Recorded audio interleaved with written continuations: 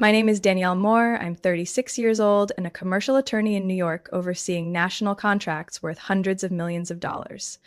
But if you asked my parents, I'd still just be the stubborn daughter who always does things her own way. I was born into an upper-class family on Manhattan's Upper East Side. My father, Franklin Moore, is the founder of Moore and Kingsley Realty, a real estate empire spread across the East Coast. My mother, Linda, is the kind of woman who never appears without a pearl necklace, moves like a stage actress, and knows exactly how to make each social event echo through elite circles. We lived in a three-story classic townhouse with walnut-paneled walls and crystal chandeliers, once featured in a design magazine when I was 8. My parents had two children, me and my brother Brandon, who's 4 years older. From an early age, everyone said I was the smarter one. I learned to read at 3, placed second in a city math competition at 7, and was top of my class throughout elementary school. But it was never enough. Danielle, straighten your back. No one respects a girl who slouches at a cocktail party, my mother would hiss between clenched teeth during charity galas, still smiling at donors. Brandon, on the other hand, only needed to crack a dull joke to make everyone at the table laugh. She's too serious, my father once said, skimming past my straight-A report card to ask Brandon about his basketball game. I've lost count of how many times I was compared. Whenever I achieved something, my parents' reaction was always, "Good, but Brandon." When I won first place in a state essay contest at 12, a local newspaper asked to interview me. My mother booked hair appointments for the entire family. "They'll be taking a family photo. We need to present a unified image," she said, brushing my hair so hard I nearly cried. I remember the day the reporter came. The photo ended up with Brandon in the center, his arm over my shoulder like he was the winner. I stood off to the side in a lace dress my mother chose, smiling awkwardly and barely in the frame. "The article turned out great, sweetheart," my father said that evening. Brandon looked so polished. When I started thinking about college, my dream was to study law at Stanford, nearly 2,000 miles from New York. "Columbia's nearby and has tradition," my father said coldly. "Brandon went there too. You should seriously consider it." I still remember the day Stanford sent my acceptance letter, along with a partial scholarship. I rushed to share the news, hoping they'd finally smile. My mother glanced at it and nodded. "We'll cover the rest," but I waited for the rest of the sentence like waiting for a grenade to drop. "But the condition is that you come back and work for Moore and Kingsley after graduation." When I said no, the house went cold. From then on, everything I did was labeled against family values. Through all my childhood and youth, I don't recall a single moment where my parents praised me sincerely. Brandon, though. He was always the pride, the natural successor. I was the second child, there to fill the family portrait, as long as I stood in the right spot and smiled. What they didn't expect was that, in those years of being overlooked, I learned to stand on my own. I didn't need my parents to pave my way. I didn't need Brandon to step aside.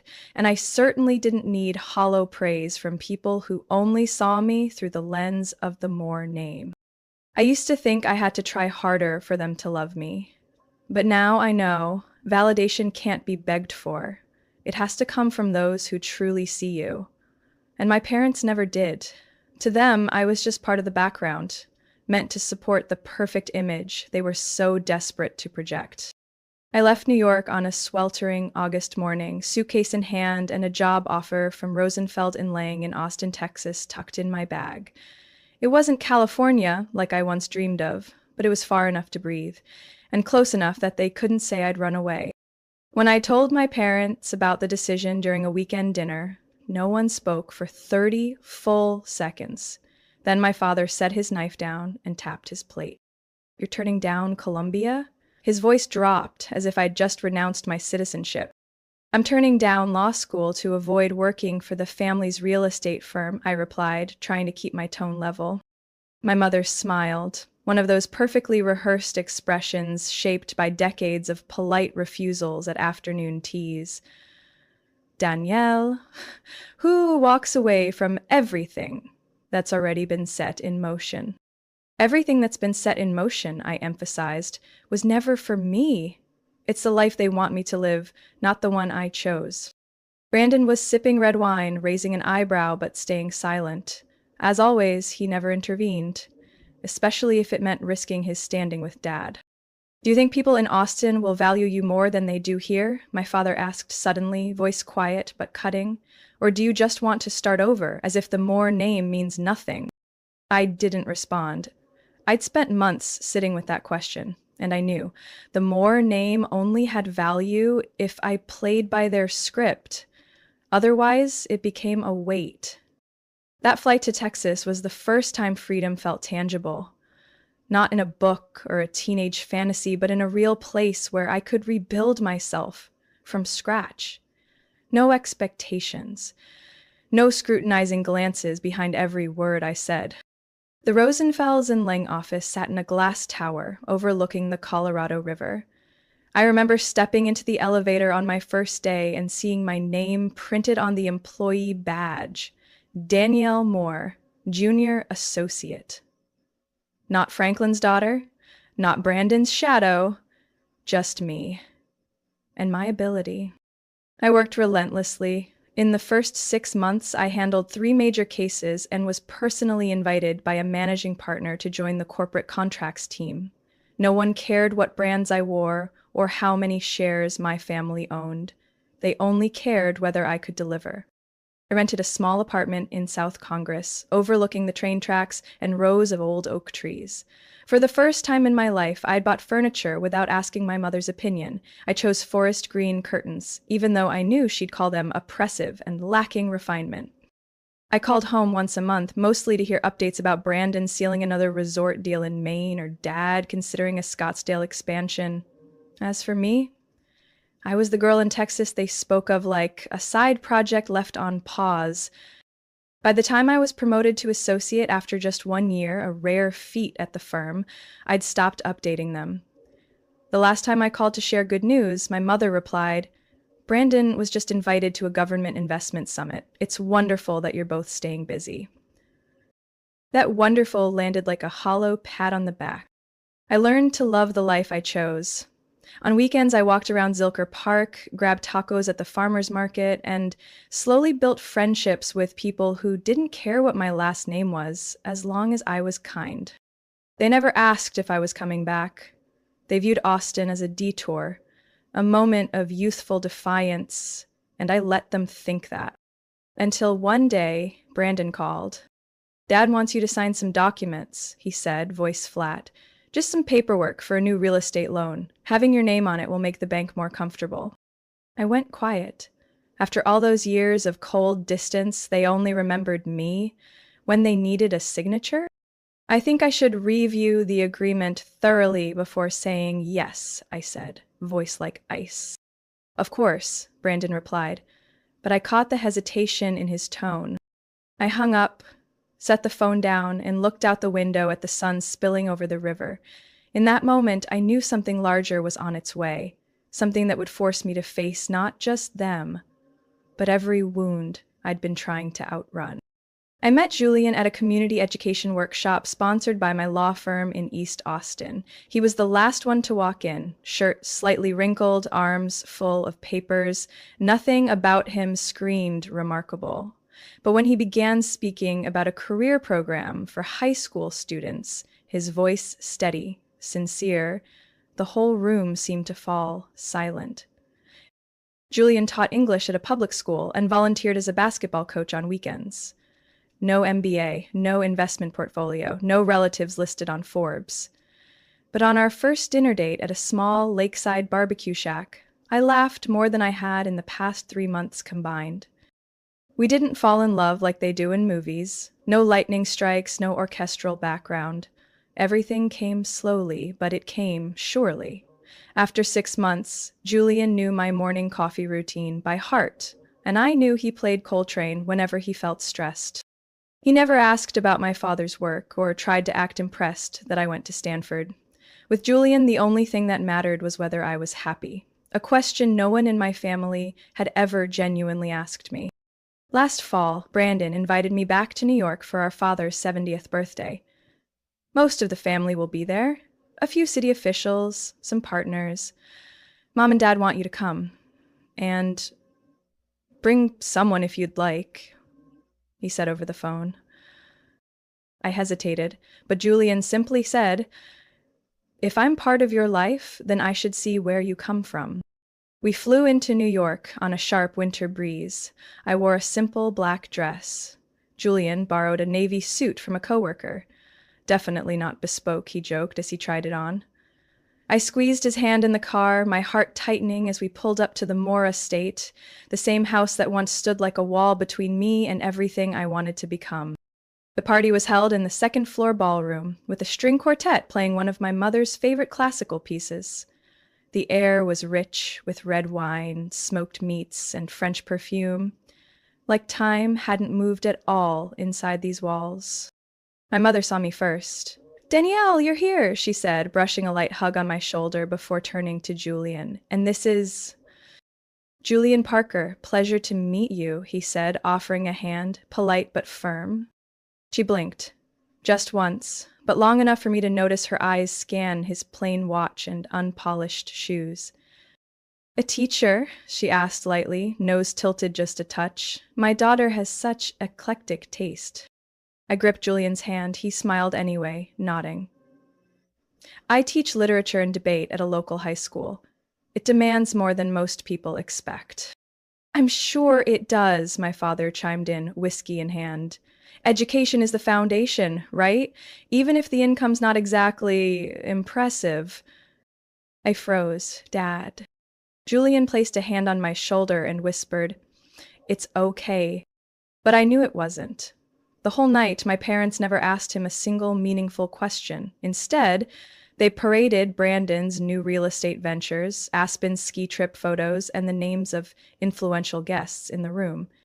When we stood to get dessert, my mother leaned in and whispered, "Danielle, you do realize this is a family event, not a PTA meeting." I stopped cold.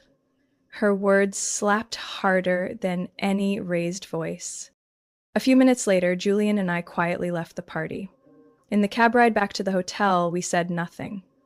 Not until we had changed into pajamas and were sitting by the window overlooking the city lights did I finally speak.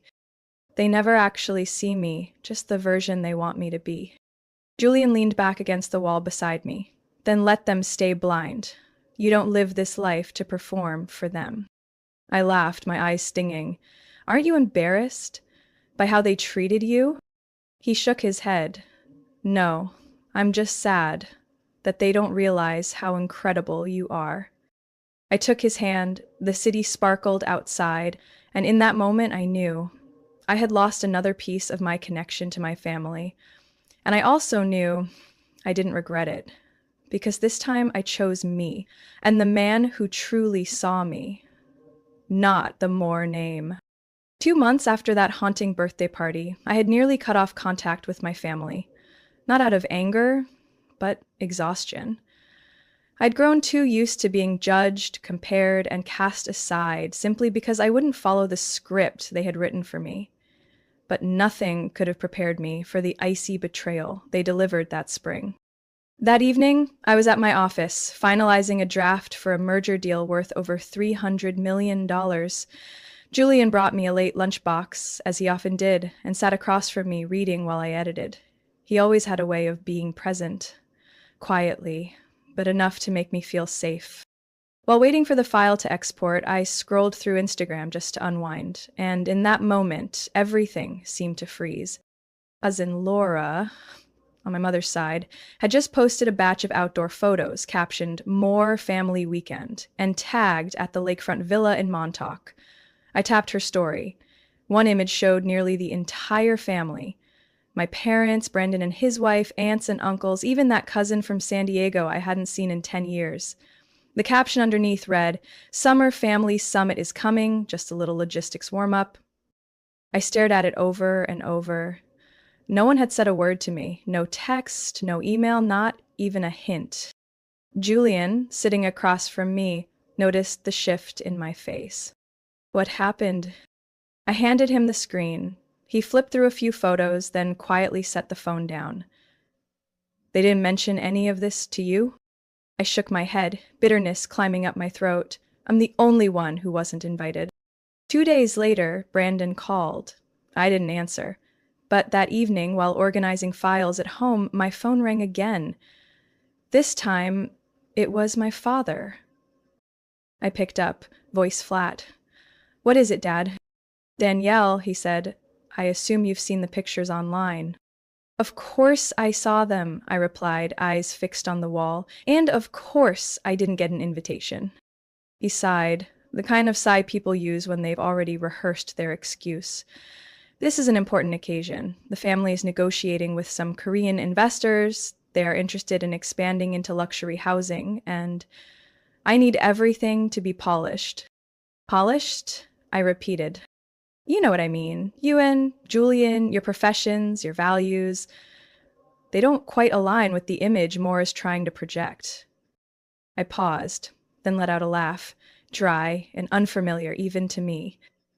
So, I'm no longer part of the Moore image? Don't be overly sensitive, Danielle, he said, a trace of impatience creeping in. This is business. I need everything to match our standards. Standards, I said, each word slicing my throat, meaning white, wealthy, politically aligned, and absolutely no public school teachers in the group photo. Silence stretched for a beat. Then my father's voice returned, this time colder.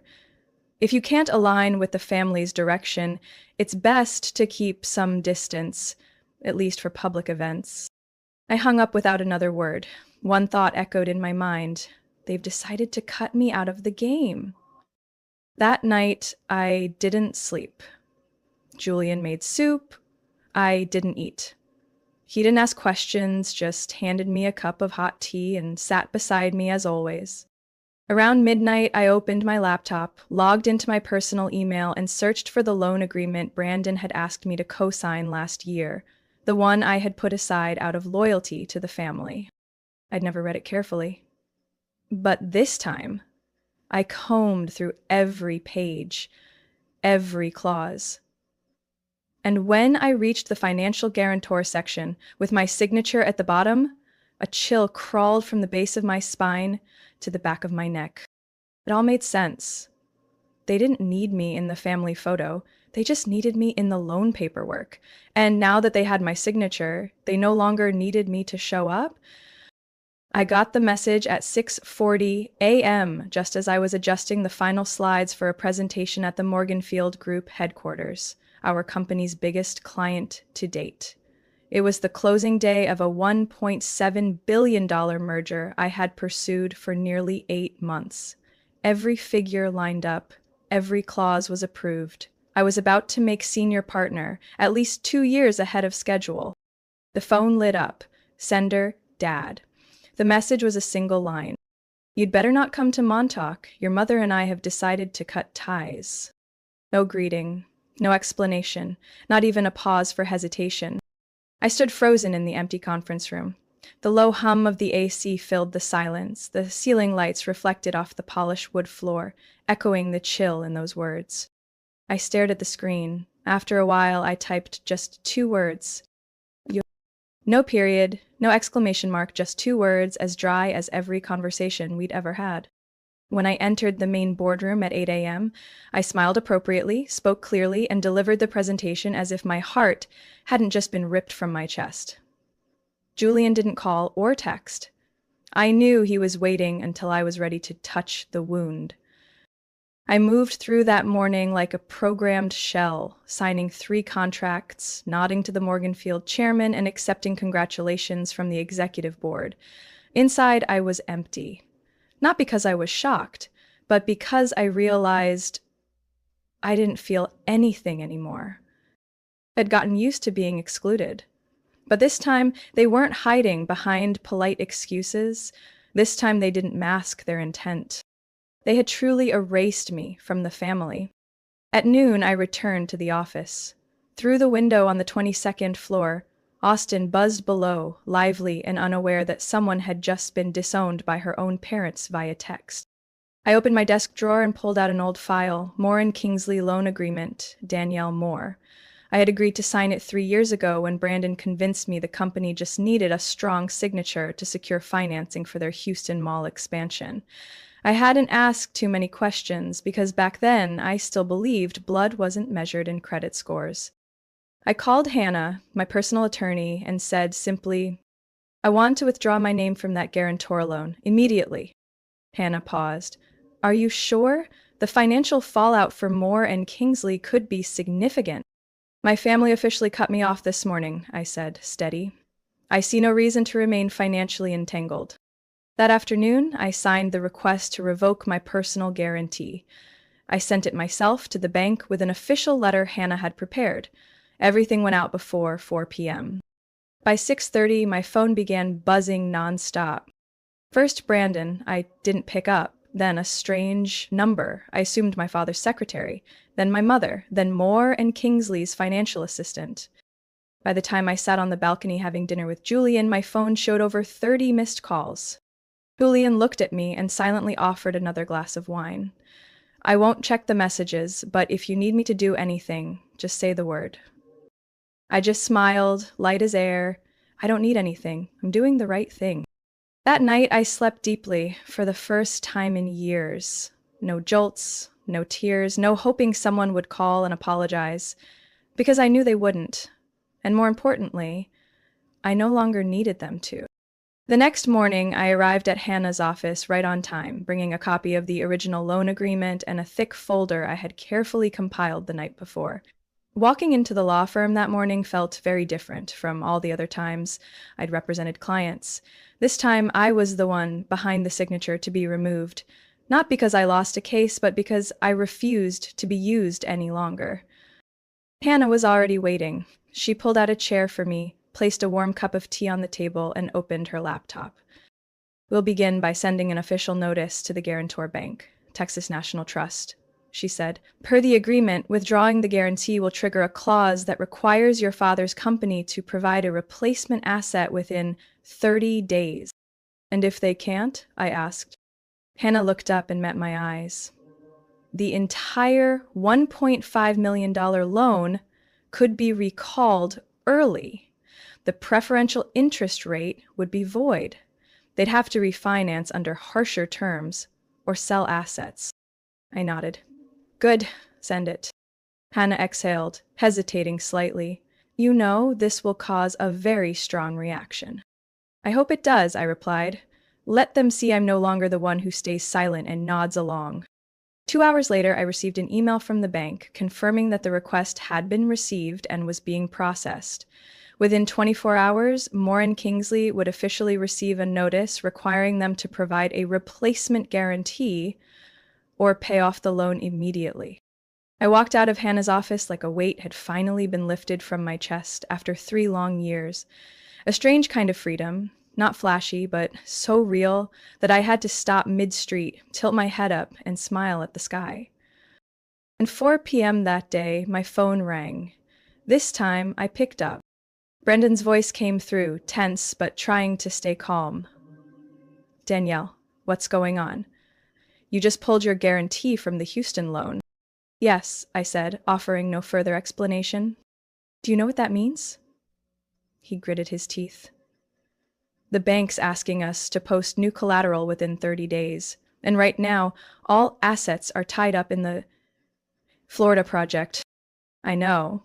No need to repeat the terms I clearly read in the agreement I signed," I said, keeping my voice steady. A long pause. "Dad's furious," Brandon said. "He said if we can't resolve this by the end of the week, we'll have to terminate contracts with 3 strategic investors." I closed my eyes and let out a slow breath. If he wants to speak with me, he should call directly, not use someone else as a middleman. "Didn't think you'd actually go through with it," Brandon muttered, like I was a child who'd acted out. I smiled, for the first time in days.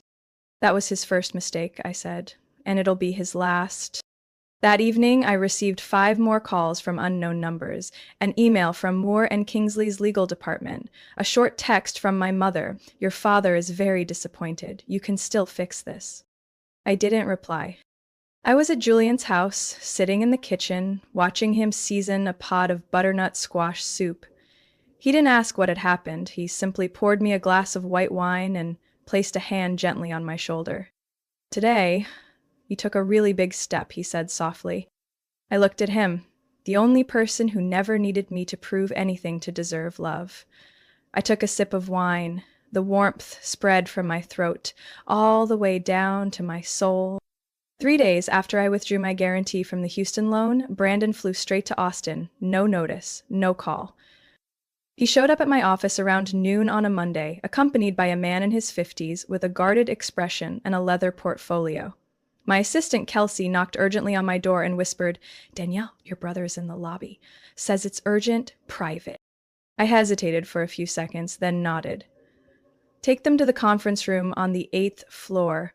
I'll be down in 10 minutes. When I walked into the room, Brandon stood up immediately, his gray suit still marked by the flight. The man with him introduced himself as Raymond Hess, an interim financial supervisor recently hired by Moore and Kingsley to handle the liquidity crisis following my withdrawal. I sat down calmly across from them. "I have 30 minutes. Brandon placed the portfolio on the table, opened it, and pulled out 2 file folders marked with orange sticky notes. "Danielle," he said, his voice lower, trying to stay calm, "you need to look at this." I looked down.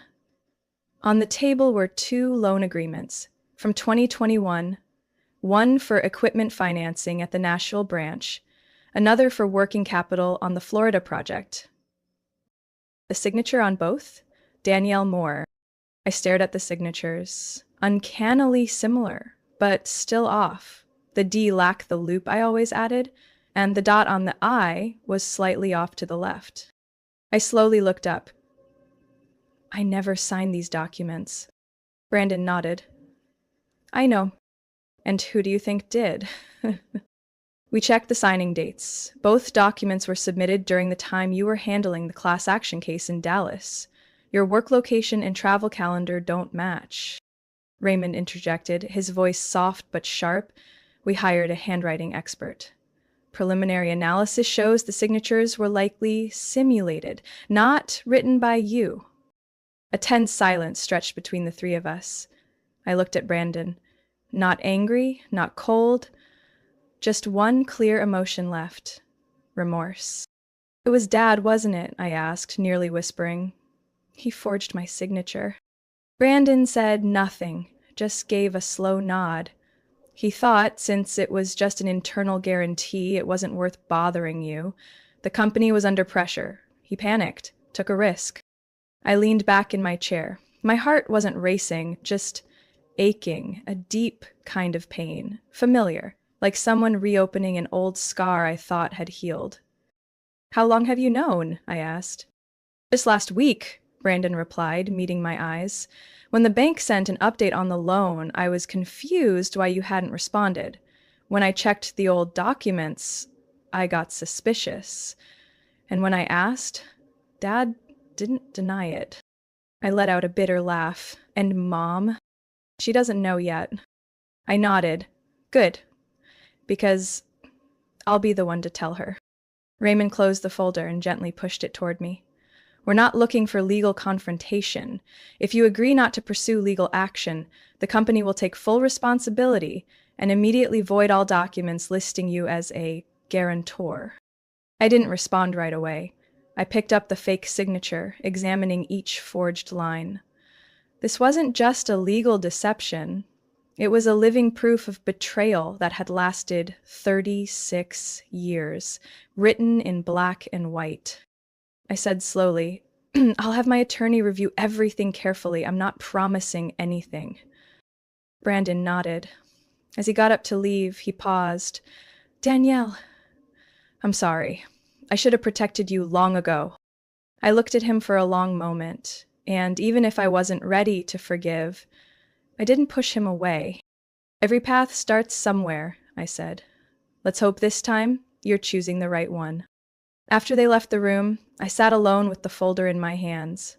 My father had forged my signature, and this time he would have to face the truth. No more charades to shield him.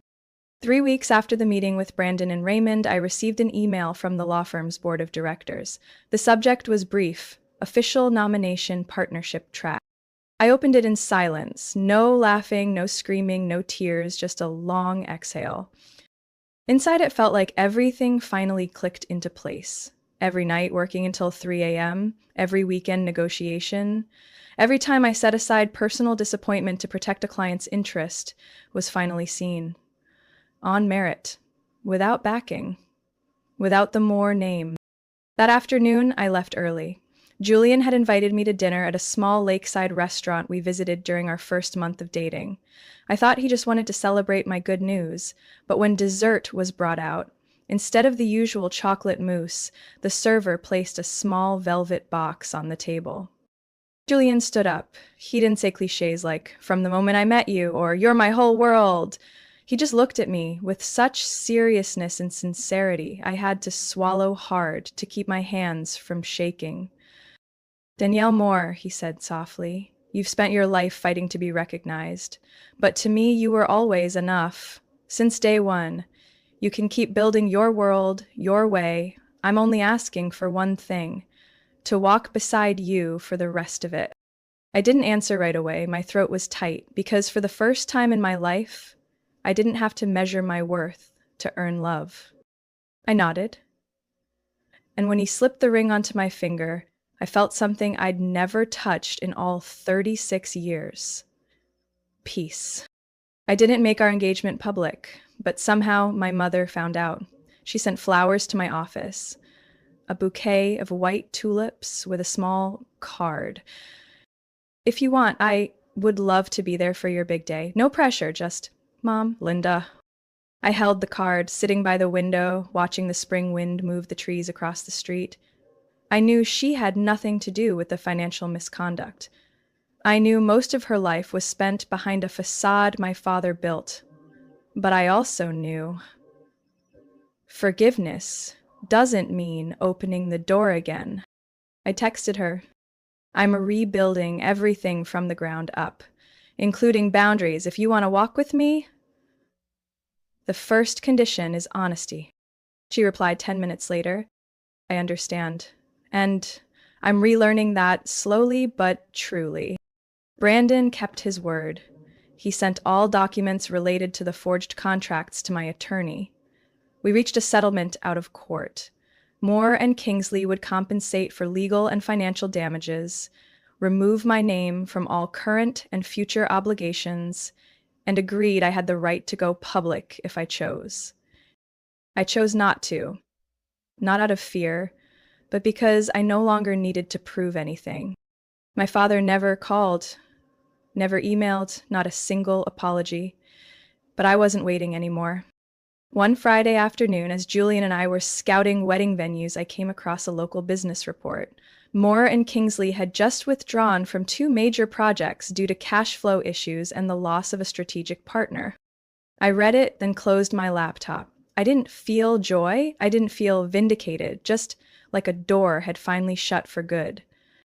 Our wedding took place 6 months later, on the shores of Lake Travis, under the golden glow of sunset.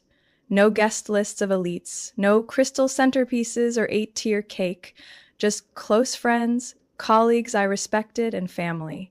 By a new definition, my mother came wearing a soft jade green dress that didn't stand out. She sat in the 3rd row, didn't give a speech, didn't try to steal the spotlight. After the ceremony, as I stepped down the stone path, she came up and hugged me.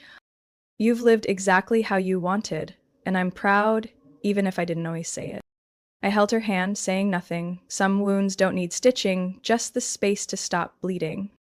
That night, as fireworks lit up the lake, Julian pulled me close. "I've never seen you shine like this," he whispered.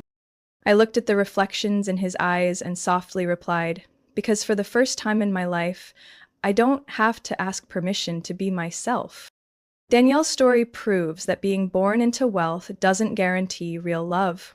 When acceptance is conditional, based on image, power, and expectations, the only way forward is to validate yourself. She chose to walk away from the gilded cage and build a life on her own terms.